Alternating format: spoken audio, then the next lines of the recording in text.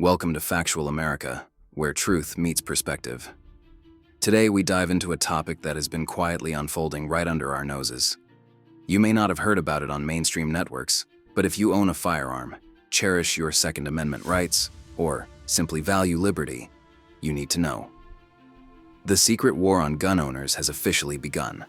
This is not a battle waged with rifles or protests. It's a covert campaign playing out in courtrooms, regulatory offices, tech companies, and even your local hardware store. So grab your seat, because what's being orchestrated today will reshape America tomorrow. For generations, Americans have taken pride in their right to bear arms, a right enshrined in our Constitution, defended by patriots, and woven into the fabric of our national identity. Yet, in recent months, a new tactic has emerged, a coordinated yet cloaked effort by government agencies, corporate powerhouses, and activist groups aiming to undermine lawful gun ownership. And the startling part? It's all being done behind closed doors, under the guise of safety and common sense. Let's start with what's happening in Washington. President after president has promised not to take away our guns, but executive actions, reinterpretations of old laws, and untraceable ATF memos have effectively started eroding your rights one small step at a time. Just last month, the Bureau of Alcohol, Tobacco, Firearms, and Explosives issued a so-called clarification on private gun sales, making it nearly impossible for lawful citizens to buy or sell firearms without risking federal prosecution. Meanwhile, Congress looks the other way. You may wonder, how does this impact me? Imagine selling a family heirloom rifle to your cousin or inheriting a pistol from your grandfather. With these new guidelines, you could face heavy fines or even jail time for failing to navigate an opaque system designed to intimidate ordinary citizens. And it gets worse. The penalties are often retroactive, meaning something legal yesterday could make you a criminal today. This is just the tip of the iceberg. The supply side of gun ownership is being targeted too. In California, new environmental regulations have declared the use of lead ammo illegal in many circumstances, forcing gun owners to purchase expensive alternatives, if they can find them. In several blue states, popular firearms, magazines, and even attachments have been quietly added to prohibited items lists, some without public debate or legislative approval. But the most disturbing front in this secret war doesn't involve politicians at all. It's happening in the boardrooms of Silicon Valley and Wall Street.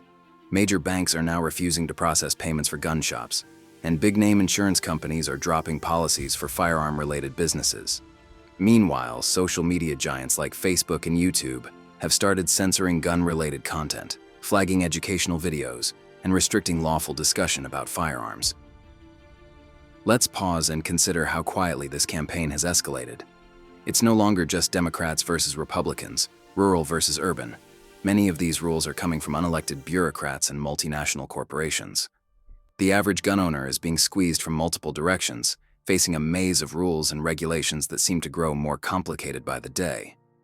As compliance costs soar, the dream of owning, maintaining, or passing down a family firearm fades away. Now, here comes the twist you weren't expecting. The war is also psychological.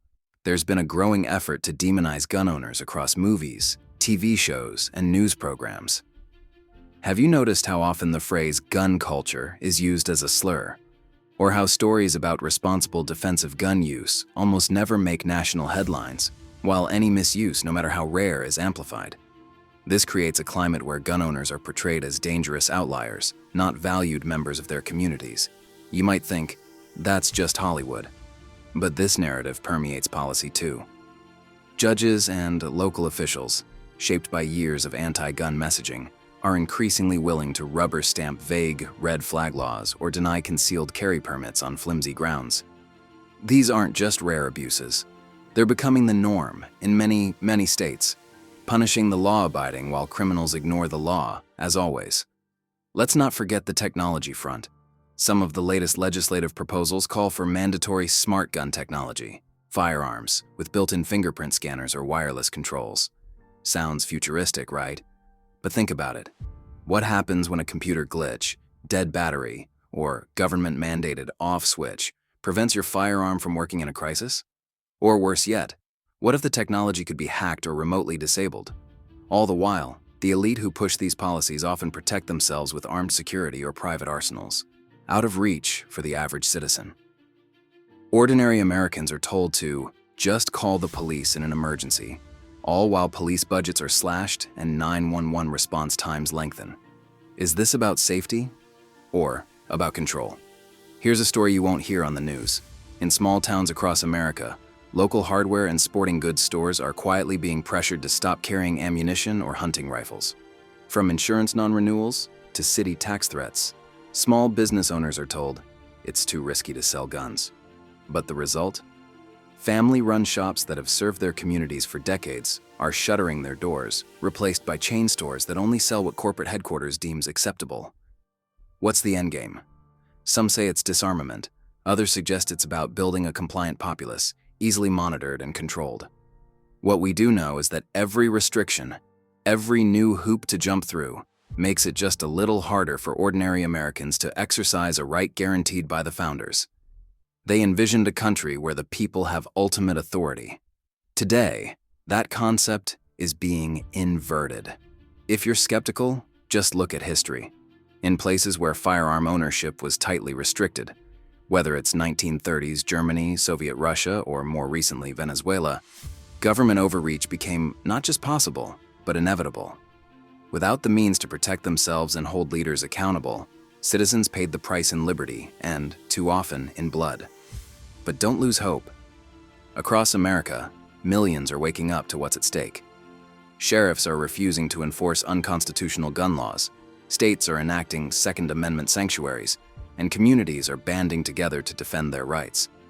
There's a growing sense that enough is enough. The silent majority is finding its voice. Let's not pretend this is just a left versus right issue. Lifelong Democrats, immigrants who value freedom, and centrists who cherish the Bill of Rights are joining the cause. They know the Constitution protects all Americans, not just those who vote a certain way. Rights once lost are rarely regained. And the enemies of liberty are hoping you stay quiet, distracted, or afraid. So, what can you do? Start by informing yourself.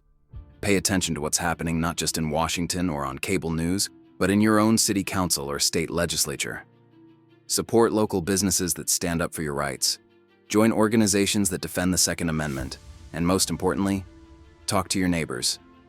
The more Americans understand the stakes, the harder it will be for those in power to strip away freedoms in secret. Before I wrap up with our final twist, I want to point out something even bigger. The secret war strategy isn't limited to gun rights.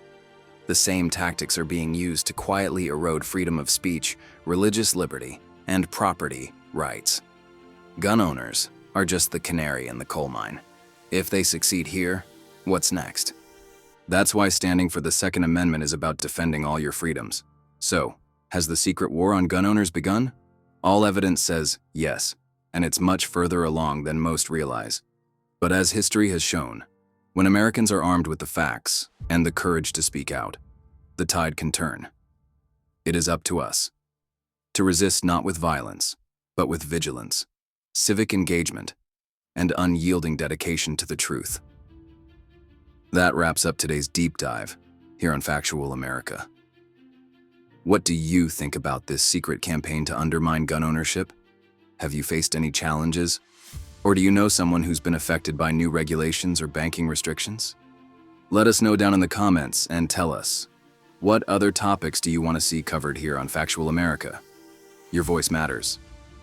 If you found this video eye-opening, make sure to subscribe, hit the notification bell, and share with friends.